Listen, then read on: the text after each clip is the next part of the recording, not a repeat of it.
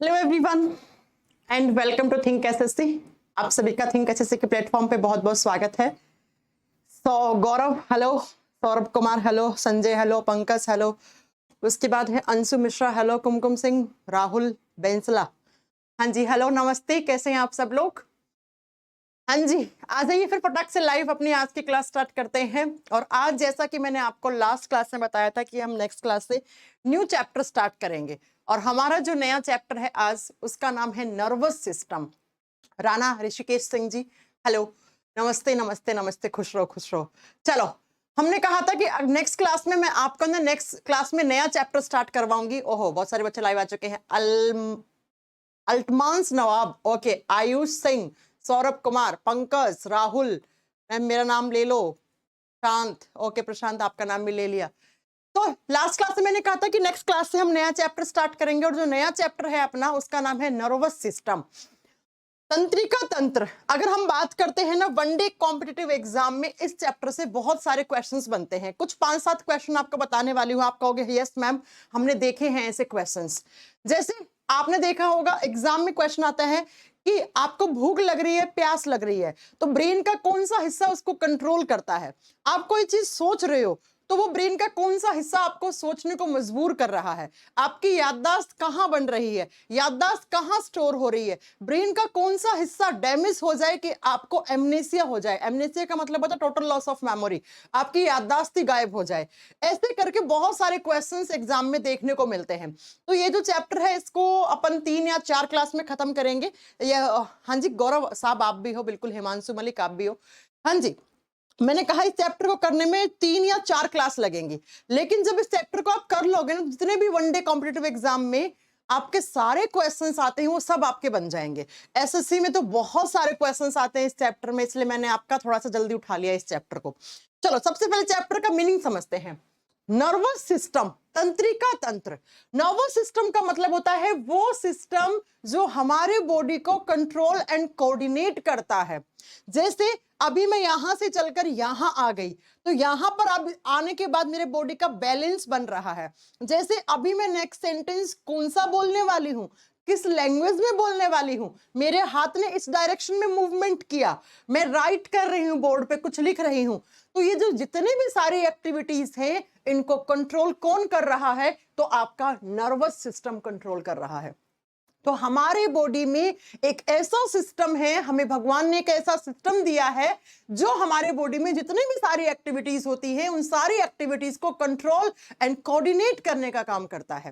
Control समझते हो? नियंत्रित करने का काम करता है। कोऑर्डिनेट का मतलब हो गया कि आपस में जो ऑर्गन्स के बीच में भी जो मैसेज जाते हैं ना उनको भी कंट्रोल एंड कोऑर्डिनेट करने का काम करता है। जैसे आपका हार्ट है, उससे बीट निकलती है, हृदय की धड़कन निकलती है, तो हार्ट बीट ऐसे निकल रही है, तो हार्ट बीट कितनी निकलेंगी वो सारा कौन कंट्रोल कर रहा है? आपका नर्वस सिस्टम कंट्रोल कर रहा है।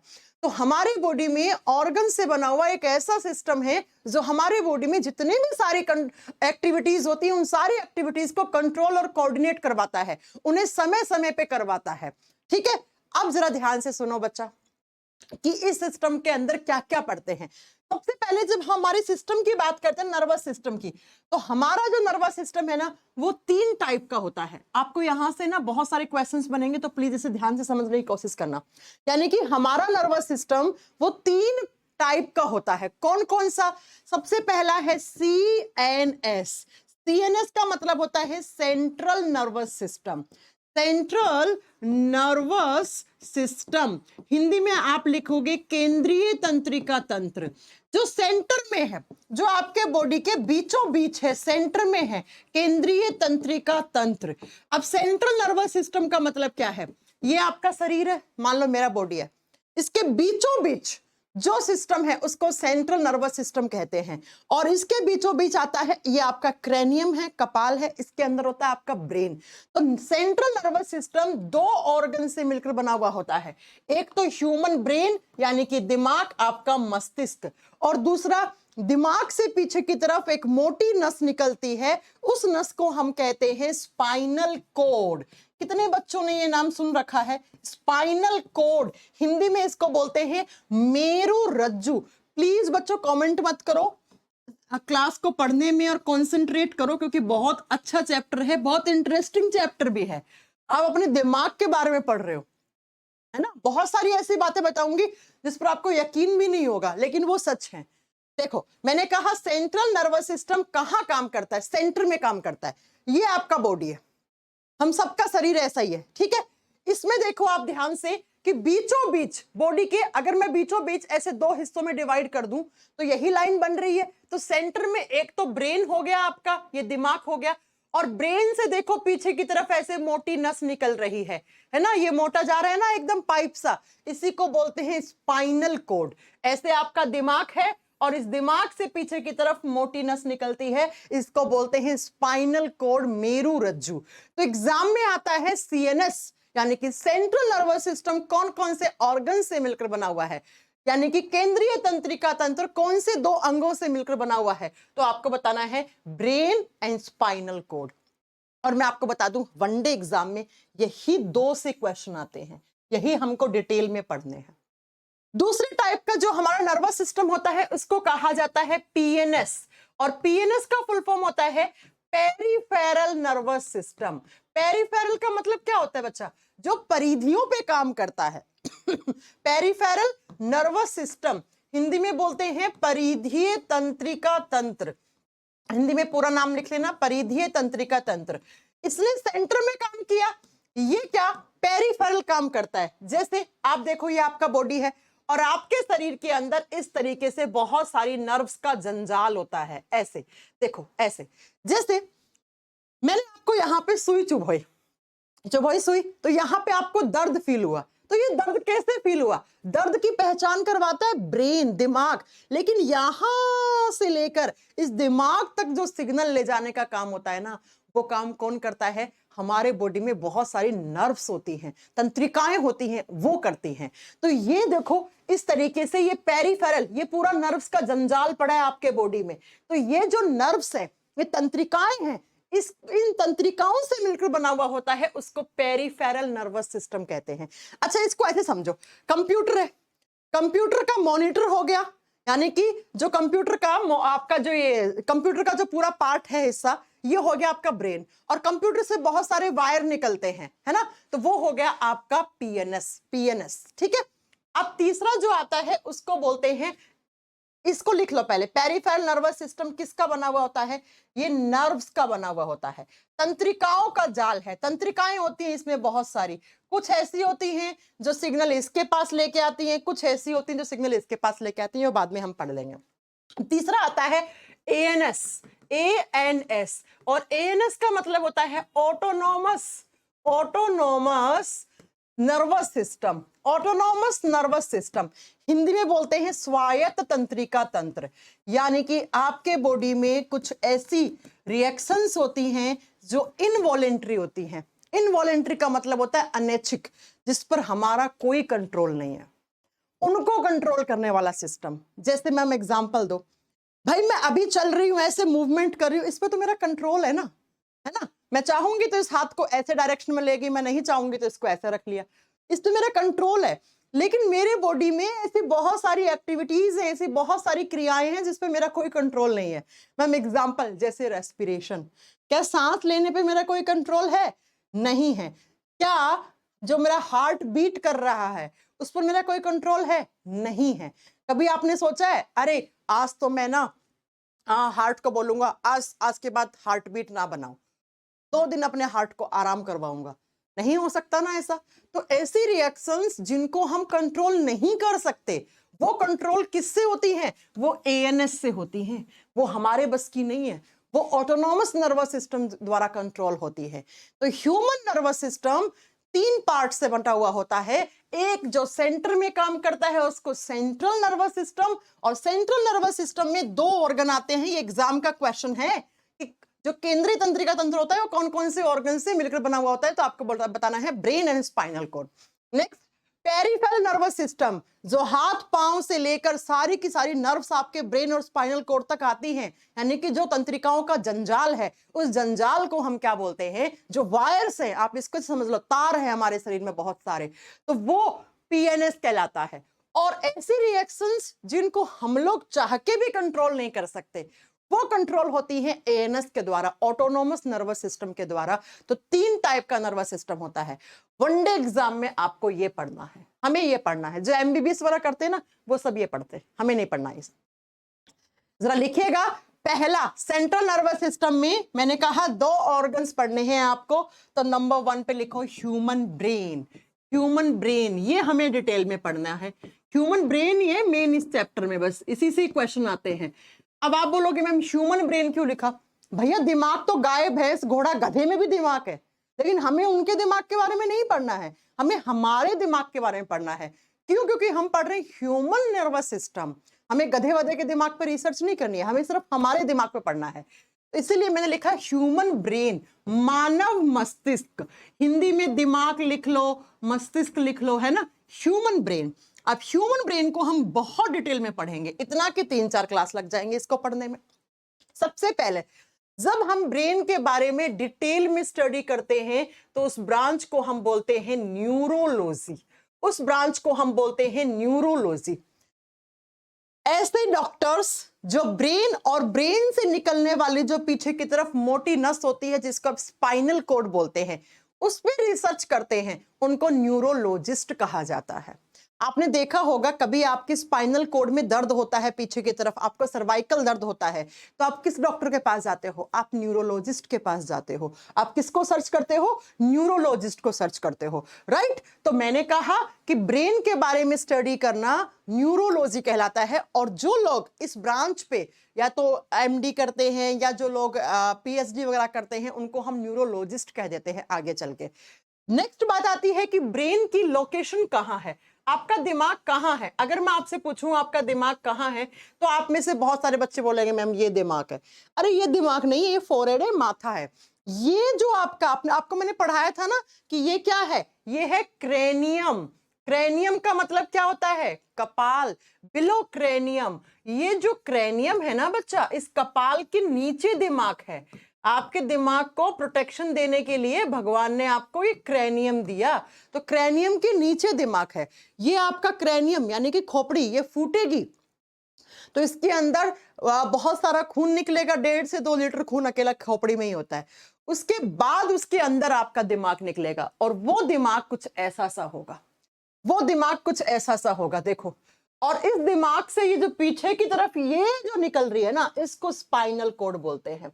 तो ऐसे डॉक्टर्स जो इस पे काम करते हैं, इस पे काम करते हैं, उनको हम न्यूरोलॉजिस्ट कहते हैं। हाँ, मैं बताऊंगी माइग्रेन क्या होता है, अभी थोड़ा सा वेट करो, अभी नहीं, मैं बाद में बात करूंगी माइग्रेन क्या होता है और डिमेंशिया क्या होता है, एमनेसिया क्या होता है, सारी बात करेंगे, अभी नहीं, ठीक है। ओके, नेक्स्ट पॉइंट आता है, आपको कोई पूछ ले कि ब्रेन कहाँ होता है, तो आप बता दोगे कि ब्रेन बिलो क्रेनियम, कपाल के नीचे होता है। अगला पॉइंट ये आता है कि मैम ब्रेन का वेट कितना होता है। जो ह्यूमन ब्रेन है उसका वजन कितना होना चाहिए, दिमाग का वजन कितना होता है। जब हम ह्यूमन ब्रेन के वेट की बात करते हैं यानी कि इसके वजन की बात करते हैं, तो मेल और फीमेल में ब्रेन का वेट थोड़ा सा वेरी करता है, यानी कि अलग अलग होता है। जब एक अडल्ट मेल के दिमाग की यानी कि लड़कों के दिमाग की बात करती हूं तो वो होता है 1400 टू 1450 ग्राम, इतना। और लड़कियों के अंदर अगर मैं फीमेल्स की बात करती हूं तो लड़कियों के अंदर जो दिमाग है उसका वजन होता है 1300 से लेकर 1350 ग्राम। अब आप में से कुछ बच्चे बोलेंगे मैम लड़कियों में दिमाग कम होता है। लड़कियों में दिमाग कम नहीं होता है, लड़कियों के दिमाग का वजन कम होता है। और ये 150 ग्राम वजन कम होने से लड़कियों की विल पावर, विजडम पावर या उनकी जो भी कोई इंटेलिजेंस है ना, उस पर कोई फर्क नहीं पड़ता है। दिमाग का वजन कम होता है और वो भी इसलिए होता है लड़कियों का लड़कों के कंपैरिजन में दिमाग का वजन इसलिए कम होता है बिकॉज जो हमारे बॉडी के ऑर्गन्स होते हैं ना, उनका वजन आपके बॉडी वेट के आधार पे होता है। तो बॉडी वेट लड़कों का जनरली थोड़ा ज्यादा होता है, लड़कियों का थोड़ा कम होता है, इसलिए लड़कों के दिमाग का वजन थोड़ा सा ज्यादा हो जाता है इन कंपैरिजन ऑफ गर्ल्स। लेकिन लड़कियों में दिमाग कम नहीं होता है, ये बात आप जानते हैं। लड़कियां आप कहां से कहां पहुंच गई हैं, तो लड़कियों के ये कभी मत बोलना कि लड़कियों में दिमाग कम होता है, राइट। चलो, ये हो गया दिमाग के वजन की बात। अब आप जब छोटे बच्चे थे ना, तब आप में जो दिमाग का वजन था ना वो था 300 से 400 ग्राम, यानी कि बच्चे के दिमाग का जो वजन होता है वो 300 से 400 ग्राम के बीच में होता है। अगर ये बच्चा आगे चलकर अडल्ट मेल बना तो इतना, फीमेल बना तो इतना। मैं एक बार फिर से क्लियर कर दूं, दिमाग कम नहीं होता है लड़कियों में, दिमाग का वजन कम होता है, और वजन कम होने से कोई फर्क नहीं पड़ता, बिकॉज लड़कियों के लिए इतना सफिशियंट है, इतना बहुत है लड़कियों के लिए, ठीक है। इतने दिमाग के वजन में भी कहां से कहां लड़कियां पहुंच गई है ना। चलो अब बात करते हैं नेक्स्ट पॉइंट पे कि मैम जो दिमाग होता है ना, यानी कि आपका जो ब्रेन होता है ना, ये ब्रेन कैसे काम करता है, इसके बारे में सारे पॉइंट आपको लिखने हैं। सबसे पहले मैं कुछ बातें आपको ब्रेन के बारे में बता दूं। एक एग्जाम में क्वेश्चन आता है कि ब्रेन के अंदर कौन सा मिनरल सबसे ज्यादा पाया जाता है। मिनरल्स का मतलब होता है खनिज तत्व, जैसे पोटेशियम, सोडियम, एक्सेट्रा एक्सेट्रा। हमारे ब्रेन के पास सबसे ज्यादा सोडियम होता है। जो सिग्नल्स ट्रांसफर होते हैं ना अपने बॉडी में, उन सिग्नल्स को ट्रांसफर करने के लिए सोडियम ज्यादा चाहिए होता है, इसलिए हमारे ब्रेन के पास सोडियम सबसे ज्यादा होता है। नेक्स्ट पॉइंट, अगर मैं बात करूं कि हमारे ब्रेन के पास कौन से न्यूट्रिएंट ज्यादा होता है। न्यूट्रिएंट का मतलब होता है बच्चा पोषक तत्व, यानी कि ब्रेन के पास कार्बोहाइड्रेट, प्रोटीन, फैट, इनमें से ज्यादा क्या होता है। तो ब्रेन को हम फैटेस्ट ऑर्गन कहते हैं, क्योंकि ब्रेन के पास वसा की मात्रा ज्यादा होती है। क्यों? क्योंकि फैट में सबसे ज्यादा एनर्जी होती है और आपके दिमाग को सबसे ज्यादा एनर्जी चाहिए। मैं आपको एक पॉइंट बता दूं कि जो दिमाग होता है ना बच्चा, जो आपका ब्रेन है ना, उसको सबसे ज्यादा एनर्जी की रिक्वायरमेंट होती है। आपके जितने भी बॉडी ऑर्गन्स है ना, उनमें सबसे ज्यादा एनर्जी इसको चाहिए। क्यों मैम? अरे भैया, 1 मिनट के अंदर इसके अंदर कितने सारे थॉट्स आते हैं। अभी आप पढ़ रहे हो, सोच रहे हो, कोई चीज को समझ रहे हो, तो आप दिमाग खर्च कर रहे हो। तो दिमाग कब काम करेगा? जब दिमाग के पास एनर्जी होगा। बिना एनर्जी के कोई ऑर्गन काम नहीं कर सकता ना। तो दिमाग के पास एनर्जी की जरूरत सबसे ज्यादा होती है। इसीलिए कहा जाता है कि हमारी बॉडी में जो टोटल अमाउंट है ग्लूकोज और ऑक्सीजन का, ग्लूकोज और ऑक्सीजन का टोटल अमाउंट है, उसका 20% अकेला हमारा ब्रेन खर्च करता है। इसका मतलब मैम, जो हम एक दिन में जितनी भी हमारी सेल्स एनर्जी प्रोड्यूस करती हैं, जो ऊर्जा बनाती हैं, उसमें सबसे ज्यादा एनर्जी कौन खर्च करता है? आपका ब्रेन। बिल्कुल करना भी चाहिए ब्रेन को, है ना, क्योंकि ब्रेन ही सबसे ज्यादा, एक तो ब्रेन इतने काम कर रहा है, सोचने, समझने में, बोलने में, यहाँ कोई भी चीज पढ़ने में, याद करने में, लर्न करने में आपका दिमाग खर्च हो रहा है। दूसरा, दिमाग सारे बॉडी ऑर्गन्स को भी कंट्रोल कर रहा है, तो भैया दिमाग को तो ज्यादा खर्च करना होगा ना। इसलिए ब्रेन के पास सबसे ज्यादा ग्लूकोज और एनर्जी होता है। इस बात को आप याद रखिएगा। नेक्स्ट पॉइंट आता है कि हमारा जो ब्रेन होता है, इस ब्रेन किसका बना हुआ है, या मैं बोलूं आपका कंप्लीट नर्वस सिस्टम किसका बना हुआ है। कोई भी बॉडी ऑर्गन्स होते हैं वो सब किसके बने हुए होते हैं? सेल का बना हुआ होता है, कोशिका का बना हुआ होता है। और ब्रेन या नर्वस सिस्टम में जो सेल होती है ना, उनका नाम होता है न्यूरॉन। यानी कि ब्रेन के अंदर कौन सी सेल्स रहती हैं? न्यूरॉन सेल्स रहती हैं। इनको हिंदी में न्यूरॉन्स या तंत्रिका कोशिका कहा जाता है। हमारा कंप्लीट नर्वस सिस्टम जिस सेल से मिलकर बना हुआ है, या हमारा ब्रेन जिस सेल से मिलकर बना हुआ है, उस सेल को हम क्या कहते हैं? उस सेल को हम न्यूरॉन कहते हैं। गौरव साहब का कहना है मैम, लड़कियों का दिमाग घुटने में होता है। अच्छा जी, लड़कियों का दिमाग घुटने में होता है। अभी मैं ऐसी ऐसी लड़कियों के नाम बता दूंगी कि आप क्लास छोड़ के चले जाओगे, है ना। तो ये सब फालतू की बातें होती है। लड़कियों का दिमाग घुटनों में होता है। घुटनों में कुछ नहीं होता है। घुटनों के अंदर एक बस घुटने की जो हड्डी होती है वो हड्डी होती है, और घुटने में कुछ भी नहीं होता है। तो ऐसी ना फालतू की बातें एटलीस्ट पढ़े लिखे बच्चे और मेरी क्लास में तो ऐसे कमेंट ना ही करें, क्योंकि आप फिलहाल भी एक लड़की से ही पढ़ रहे हैं, ठीक है ना। मैं भी तो एक लड़की हूं, तो मेरा दिमाग अगर घुटने में होता तो मैं कैसे पढ़ा पाती आपको, है ना। कैसा इतना सारा मेरे दिमाग में स्टोर हो रखा है ये सारी चीजें, समझ रहे। तो ऐसी बातें मेरे सामने तो बिल्कुल भी ना करें। तो ब्रेन की जो सेल होती है उसको न्यूरॉन कहा जाता है। न्यूरॉन कैसा होता है दिखने में, आपको दिखाती हूं। ऐसा होता है न्यूरॉन, ये पढ़ेंगे हम आगे, बहुत सारे क्वेश्चंस आते हैं इससे। न्यूरॉन ऐसा होता है दिखने में। अब इस न्यूरॉन के बारे में कुछ पॉइंट है जो आपको नोट डाउन करने हैं। क्या क्या? न्यूरॉन होता है हमारे बॉडी की लॉन्गेस्ट सेल। इसको स्टार कर लेना, अक्सर एग्जाम में क्वेश्चन आता है। एग्जाम में क्या क्वेश्चन आता है कि ह्यूमन बॉडी की HB का मतलब है ह्यूमन बॉडी, ह्यूमन बॉडी की सबसे लंबी कोशिका कौन सी है? तो न्यूरॉन सबसे लंबी होती है। यानी कि जितने भी हमारी सेल्स है ना, ब्रेन की सेल्स, लीवर, लंग, हार्ट, आंख, कान, इनमें सबसे लंबी सेल किसकी मिलेगी? ब्रेन की। और कौन सी? न्यूरॉन। नेक्स्ट पॉइंट, न्यूरॉन के बारे में जो अगला पॉइंट आपको नोट डाउन करना है, कितने न्यूरॉन्स होते हैं? ऐसा कहा जाता है अप्रोक्स 100 मिलियंस न्यूरॉन्स हमारे बॉडी में होते हैं। 100 मिलियन या 100 मिलियन से अधिक न्यूरॉन्स हमारे बॉडी में रहते हैं। और नेक्स्ट पॉइंट में आपको नोट डाउन करना है कि जो न्यूरॉन्स होते हैं ना, इनमें मिनिमम रीजनरेशन पावर होती है। मिनिमम रीजनरेशन का मतलब क्या हो गया कि ये एक बार टूट गए, फट गए, कट गए तो ये वापस रीजनरेट नहीं हो पाते हैं बच्चा। इनमें पुनर्निर्माण की क्षमता ना के बराबर होती है। इसीलिए एक बार दिमाग खराब तो खराब है ना, इसीलिए एक बार न्यूरॉन कट गया, फट गया तो उसकी रिकवरी इतनी ज्यादा नहीं हो पाती है। हल्की फुल्की हो जाती है, लेकिन कंप्लीट तरीके से वो न्यूरॉन वापस नहीं बन पाता है। यानी कि सबसे कम पुनर्निर्माण की क्षमता पाई जाती है। और ये तीनों पॉइंट एग्जाम में आते हैं कि ब्रेन की सेल का नाम बताओ, न्यूरॉन यानी तंत्रिका कोशिका, फिर कहता है हमारे बॉडी की सबसे लंबी कोशिका कौन सी है, तो वो ब्रेन सेल्स है जिसका नाम न्यूरॉन है। न्यूरॉन में सबसे कम पुनर्निर्माण की क्षमता होती है, यानी कि न्यूरॉन्स ना के बराबर रीजनरेट हो पाते हैं, ज्यादा रीजनरेट नहीं हो पाते हैं। क्यों नहीं हो पाते? क्यों? क्योंकि न्यूरॉन की जो न्यूरॉन सेल है ना, इसमें सेल डिवीजन नहीं होता। सेल डिवीजन का मतलब है इसकी सेल, ये जो न्यूरॉन सेल है ना, इसमें कोशिका विभाजन नहीं होता। और जिस सेल में कोशिका विभाजन नहीं होता वो वापस से रीजनरेट नहीं हो पाती है। इसलिए ये आगे आपको समझ में आ जाएगा पूरा पॉइंट। पॉइंट क्लियर हो गया कि ब्रेन क्या होता है, कहाँ होता है, उसका वजन कितना होना चाहिए, उसमें कौन सा मिनरल ज्यादा होता है, कौन सा न्यूट्रिएंट ज्यादा होता है, कितना % ग्लूकोज ऑक्सीजन की जरूरत होती है ब्रेन को, और ब्रेन की सेल्स क्या कहलाती हैं। ब्रेन क्या है? ब्रेन में बस न्यूरॉन्स हैं, ब्रेन कुछ काम नहीं कर रहा है, ब्रेन की सेल्स काम कर रही हैं। मैंने बोला मेरी आंख का काम देखने का है, आंख का काम थोड़ी ना, आंख की सेल्स का काम देखने का है।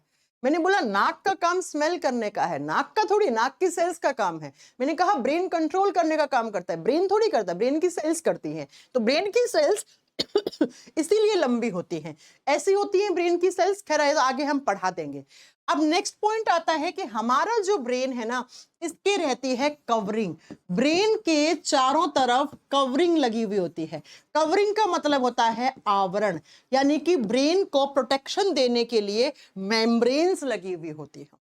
हमारे ब्रेन के, आपका ये जो क्रैनियम है ना, इस क्रैनियम के अंदर दिमाग है, इस दिमाग को प्रोटेक्शन देने के लिए मेम्ब्रेन्स लगी हुई होती हैं, झिल्लियां लगी हुई होती हैं।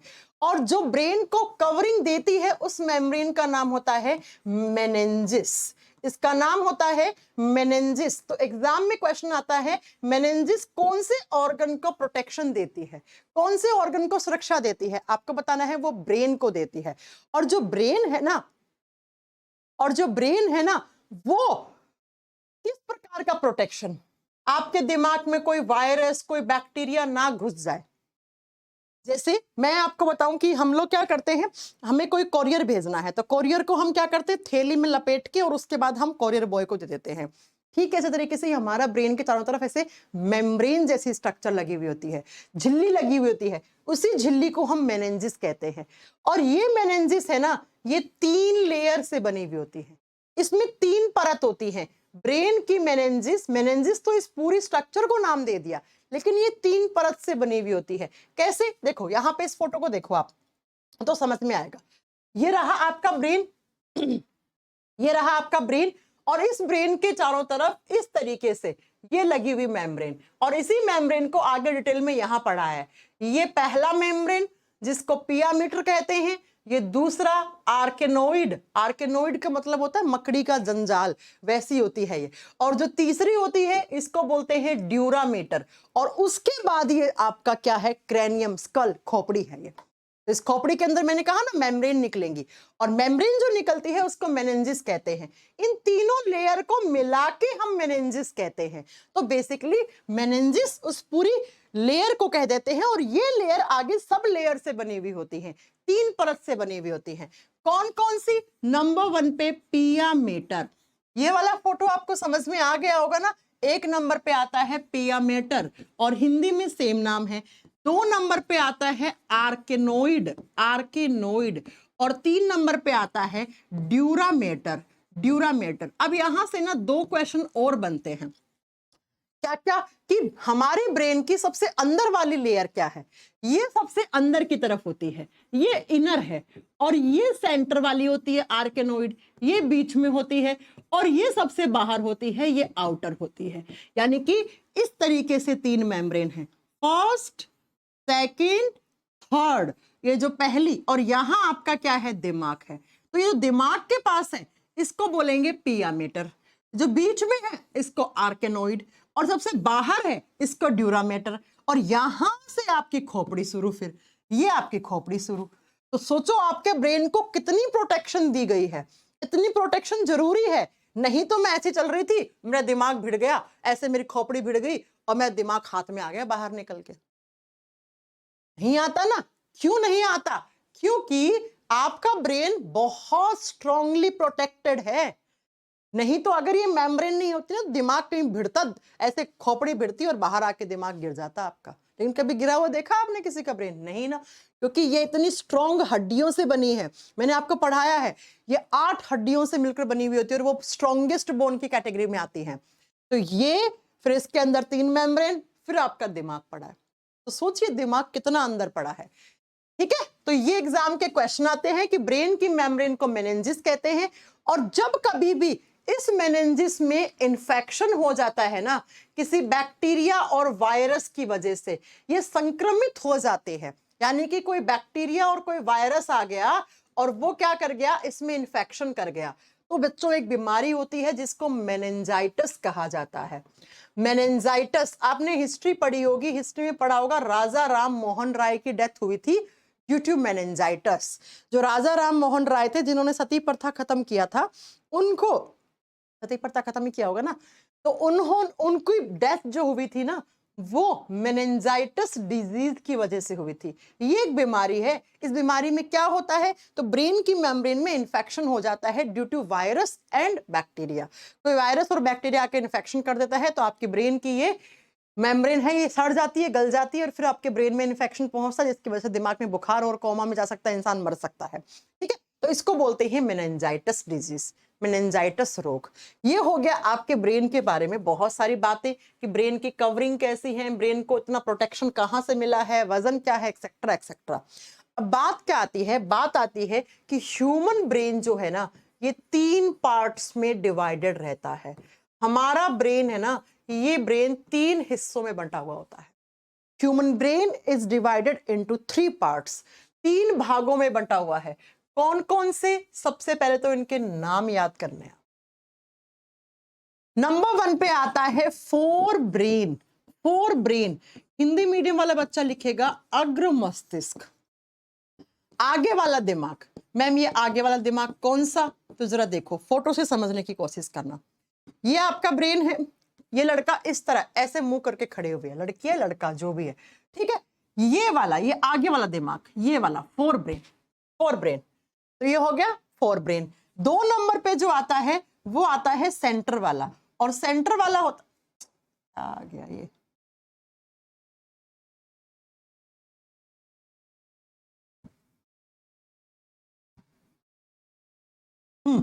जो बीच में होता है उसको कहा जाता है mid brain. Mid brain Hindi में लिखा जाता है मध्य मस्तिष्क। सेंटर वाला दिमाग मध्य मस्तिष्क। दिखाती हूं आपको कौन सा, ये वाला जो सेंटर में है दिमाग, ये वाला कुछ बीच वाला दिमाग, ये वाला। और सबसे लास्ट में जो आता है वो आता है हिंड ब्रेन, हिंड ब्रेन। और हिंदी में इसको लिखा जाता है पश्च मस्तिष्क। पश्च का मतलब होता है पीछे, संस्कृत शब्द है ये, पश्च मस्तिष्क। तो हमारे ब्रेन को 3 हिस्सों में डिवाइड कर दिया, fore brain, mid brain, hind brain. अब देखो कैसे। ह्यूमन बींग्स में कितने क्रोमोसोम्स होते हैं? 23 पेयर्स, यानी कि 46 टोटल। ठीक है, देखो ये वाला, ये आगे वाला दिमाग, इसको फोर ब्रेन कहते हैं। फिर ये वाला, ये बीच वाला, इसको मिड ब्रेन, और ये जो है ना, इसको हिंड ब्रेन कहते हैं। इसको पश्च मस्तिष्क कहते हैं। सबसे पहला पॉइंट आता है मैम, इन तीनों में से कौन सा बड़ा है, कौन सा छोटा है? सबसे पहले आपको यह पता होना चाहिए। फोरब्रेन के आगे लिखो, it is the largest part of our brain. ये लार्जेस्ट है, it is the largest part of our brain. हमारे ब्रेन का सबसे बड़ा हिस्सा, सबसे बड़ा हिस्सा यही है।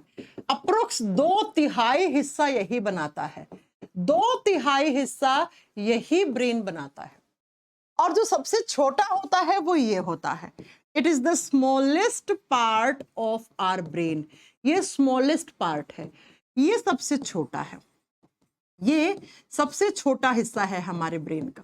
तो 2 क्वेश्चन तो एग्जाम के यही बन गए कि ह्यूमन ब्रेन के सबसे बड़े हिस्से का नाम बताओ और ह्यूमन ब्रेन के सबसे छोटे हिस्से का नाम बताओ।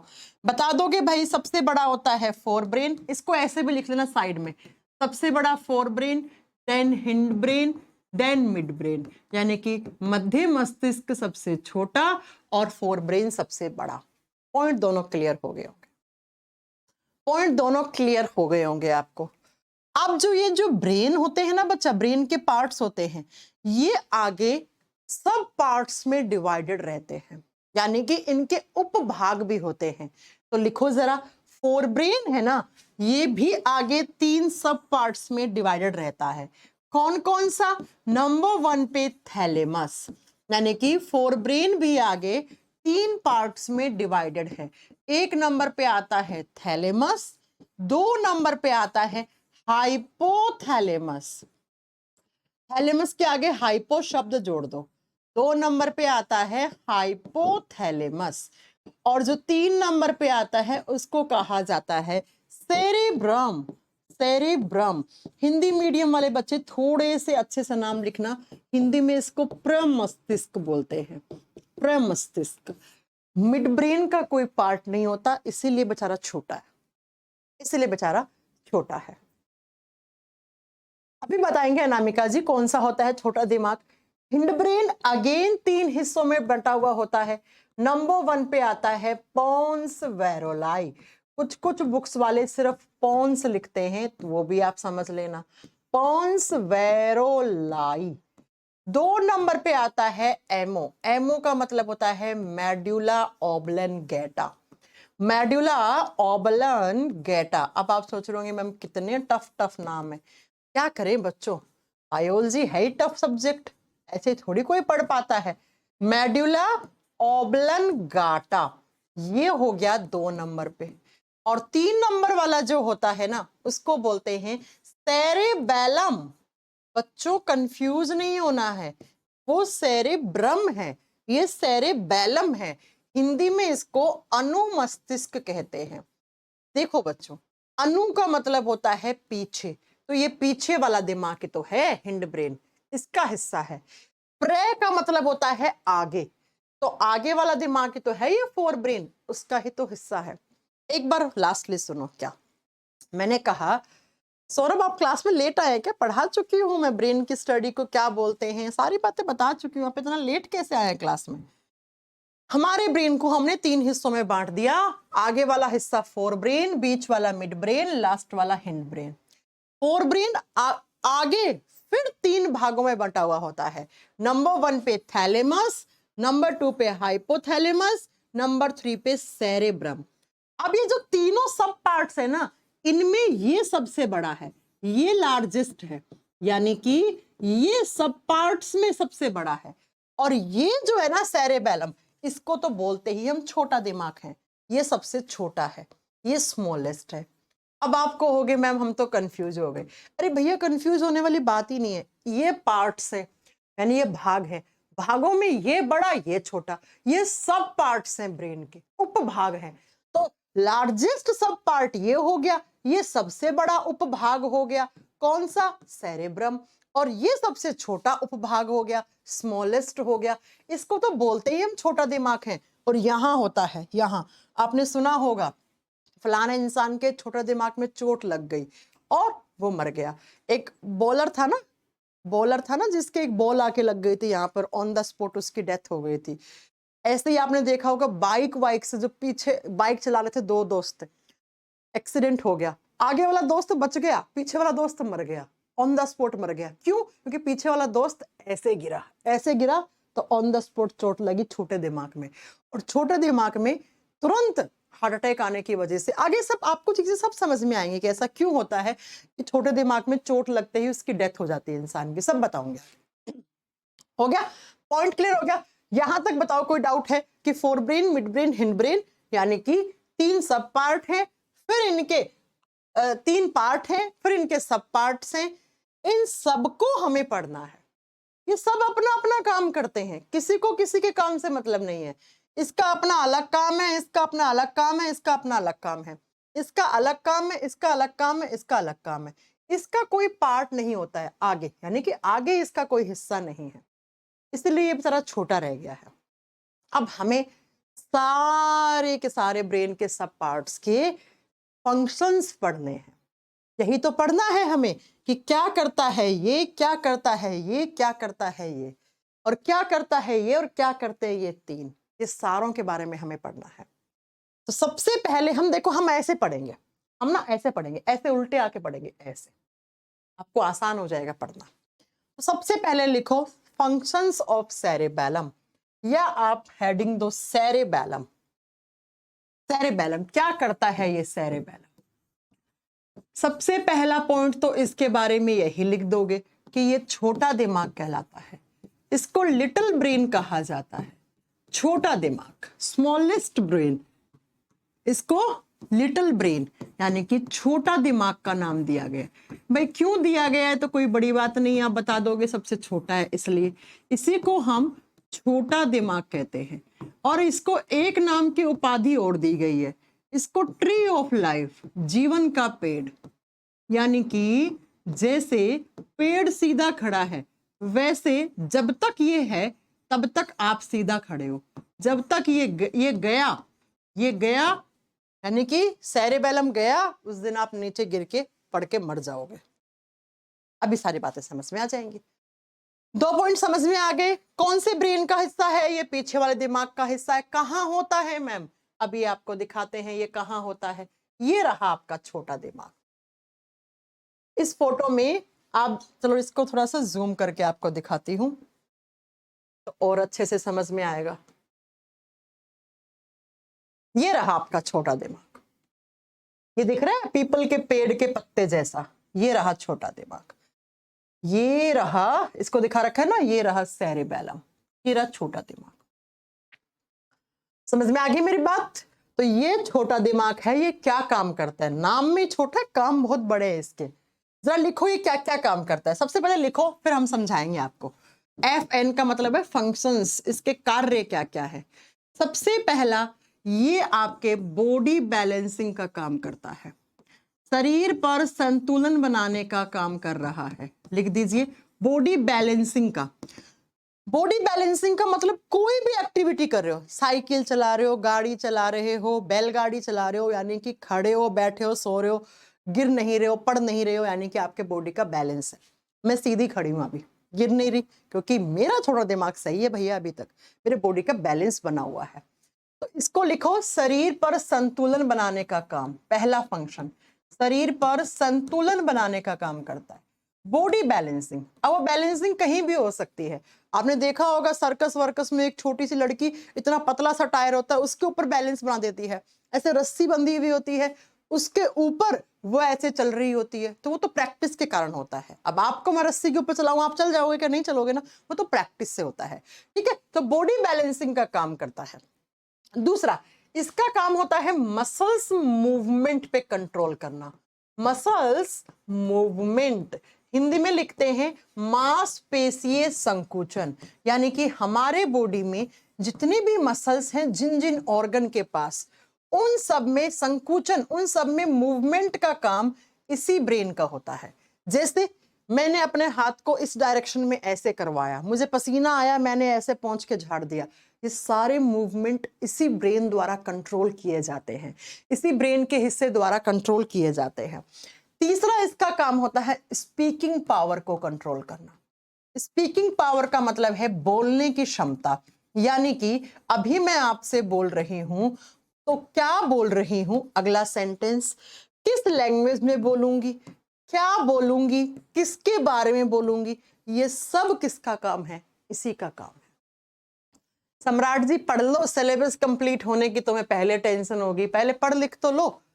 यानी कि मैम ये 3 इंपॉर्टेंट फंक्शंस करता है। क्या क्या? बॉडी का बैलेंस, आप सो रहे हो बेड पे, उठ रहे हो, बैठ रहे हो, योगा कर रहे हो, जिम कर रहे हो, भाग रहे हो, दौड़ रहे हो, खड़े हो, साइकिल चला रहे हो, गाड़ी चला रहे हो, उस समय सबका बैलेंसिंग करने का काम इसी का होता है। मसल्स मूवमेंट, किस मांसपेशी को किस डायरेक्शन में कितना मूव करवाना है, कहाँ करवाना है, वापस कैसे लाना है, सारा मूवमेंट इसी का। और स्पीकिंग पावर, यानी कि किससे क्या बात करनी है, किस लैंग्वेज में करनी है, कितना करना है, क्या सेंटेंस बोलना है, कौन सा कथन बोलोगे, किससे कैसे बात करोगे। समझ गए? हर किसी से बात करने का लिहाजा अलग होता है ना। दोस्त से आप गालियों में बात कर लेते हो, पापा को थोड़ी ना गाली दे सकते हो। सारा किसका खेल है? इसका ही खेल है, सेरेबेलम का। अब बच्चों एक क्वेश्चन आता है एग्जाम में, most important question from this chapter. क्या आपने पी ली शराब, अल्कोहल ले ली, ज्यादा अल्कोहल पी ली, तो वो कौन से ब्रेन पर इफेक्ट डालती है, कौन से ब्रेन पे प्रभाव डालती है? तो वो इसी ब्रेन पे प्रभाव डालती है, सेरेबेलम पे ही। तो आप नोट डाउन करके लिखना, excess consumption of alcohol effects on cerebellum. ज्यादा शराब पीने से क्या हो जाता है? ज्यादा शराब पीने से सेरेबेलम कुछ समय के लिए काम करना बंद कर देता है, ये ब्लॉक हो जाता है। और जब आपने ज्यादा शराब पी ली तो आपका सेरेबेलम कुछ समय के लिए काम करना बंद कर दिया। इसका मतलब मैम ये काम भी प्रॉपर नहीं हो पाएंगे। यस बच्चा, ये काम भी प्रॉपर नहीं हो पाएंगे। इसीलिए हम कहते हैं डोंट ड्रिंक एंड ड्राइव, यानी कि शराब पी के गाड़ी नहीं चलानी चाहिए। क्यों? क्योंकि आपने ज्यादा शराब पी तो शराब के अंदर जो टॉक्सिक कंपाउंड्स हैं वो आपके सेरेबेलम को आके धीरे धीरे धीरे धीरे धीरे धीरे ऐसे ब्लॉक करना शुरू कर देंगे। और अब जब सेरेबेलम ही सही से काम नहीं कर रहा है तो आपके बॉडी का बैलेंस नहीं बनेगा। और आपने देखा होगा शराबी ऐसे ऐसे ऐसे कहां कहां से ऐसे लड़खड़ा के चलते हैं, नाली में गिर जाते हैं, कुत्ते मुंह चाट रहे होते हैं उसका, है ना, बहुत होते हैं ऐसे, देखे होंगे आपने। तो जब आप अपना ही बैलेंस नहीं कर पा रहे तो क्या उस समय आप गाड़ी चलाओगे तो उसका बैलेंस कर लोगे? नहीं करोगे, नहीं कर पाओगे आप, और आपका एक्सीडेंट हो सकता है। और आपकी वजह से सामने वाली गाड़ी में जो बंदा जिससे एक्सीडेंट हुआ है उसकी जान को खतरा हो सकता है। इसीलिए कहते हैं डोंट ड्रिंक एंड ड्राइव, क्योंकि ज्यादा अल्कोहल पी तो ये वाला काम नहीं हो पाएगा। दूसरा बच्चा, ज्यादा अल्कोहल पिए हुए बंदे को, ज्यादा शराब पिए हुए बंदे को ऐसी नाली में गिरा है, आप उसको एक लात मारना, वो उसी डायरेक्शन में पड़े रहेगा जब तक उसके नसें नहीं उतरेंगे। क्यों? क्योंकि उसके बॉडी पर किसी भी टाइप का मसल्स मूवमेंट पे उसका कंट्रोल नहीं है। इसीलिए शराब पिया हुआ आदमी नाली में गिरा है तो 3-4 घंटे के लिए नाली में ही गिरा रहेगा, है ना।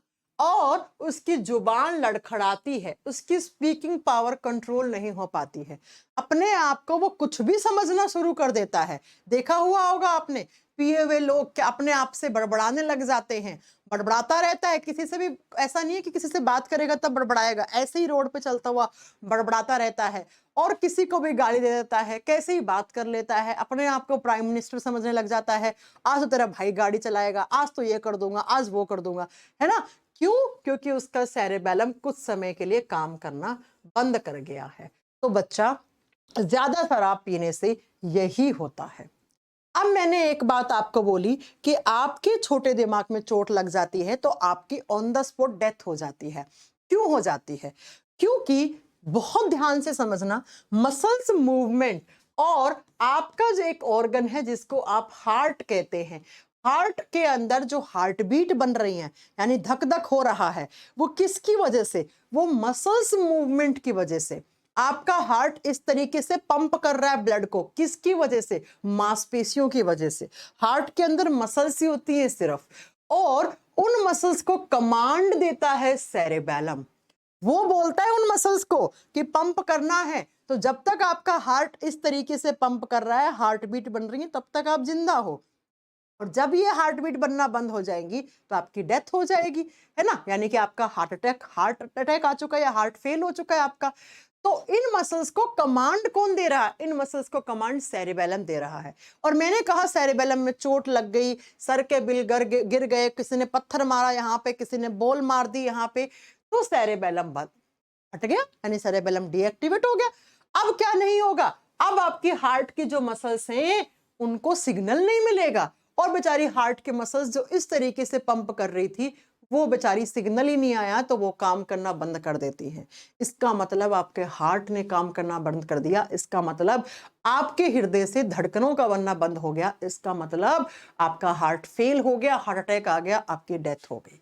इसीलिए हम कहते हैं इसको ट्री ऑफ लाइफ, यानी कि जब तक ये है आप सीधे खड़े हो। ये गया, पेड़ को काट दिया, पेड़ की शाखाओं को, पेड़ की जड़ों को काट दो, पेड़ गिर जाएगा नीचे। ऐसे ही इसको काट दो, आप नीचे गिर जाओगे।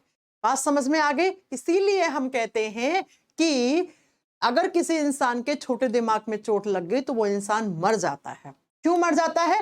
Due to heart attack. उसको उस समय on the spot heart attack भी आ गया, उसके हार्ट की मसल्स बिल्कुल ही काम करना बंद कर गई, उसके हार्ट में जो हार्ट बीट होती हैं, जो हृदय की धड़कन होती हैं, उनका बनना बंद हो जाता है। इसलिए ऐसा हो जाता है, इसलिए ऐसा हो जाता है। ठीक है, चलो तो समझ में आ गया किसके बारे में। आपको ये एग्जाम में क्वेश्चन बहुत आता है कि ज्यादा शराब पीने से ब्रेन के किस हिस्से पे इफेक्ट डलता है, बॉडी बैलेंसिंग का काम कौन करता है, स्पीकिंग पावर को कौन कंट्रोल करता है, और मसल्स मूवमेंट को कौन कंट्रोल करता है, किसको छोटा दिमाग कहते हैं। हाँ, कभी कभी कोमा में भी चले जाते हैं, छोटे दिमाग में चोट लगने से कोमा में भी चले जाते हैं। कोमा आगे बताएंगे क्या होता है। ये आपने सेरेबेलम का फंक्शन पढ़